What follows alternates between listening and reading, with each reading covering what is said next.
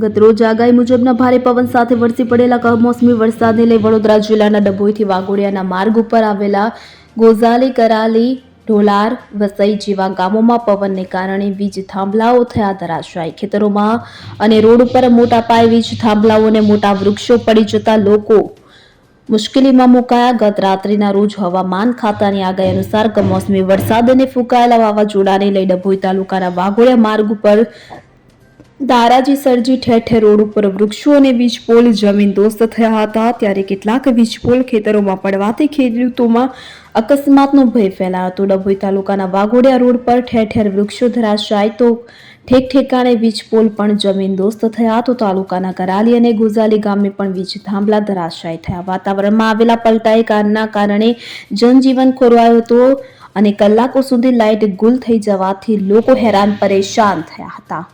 Bureau report CN24 news. હવે જુઓ દેશ દુનિયાની તમામ ખબરો તમારી આંગળીના ટેરવે.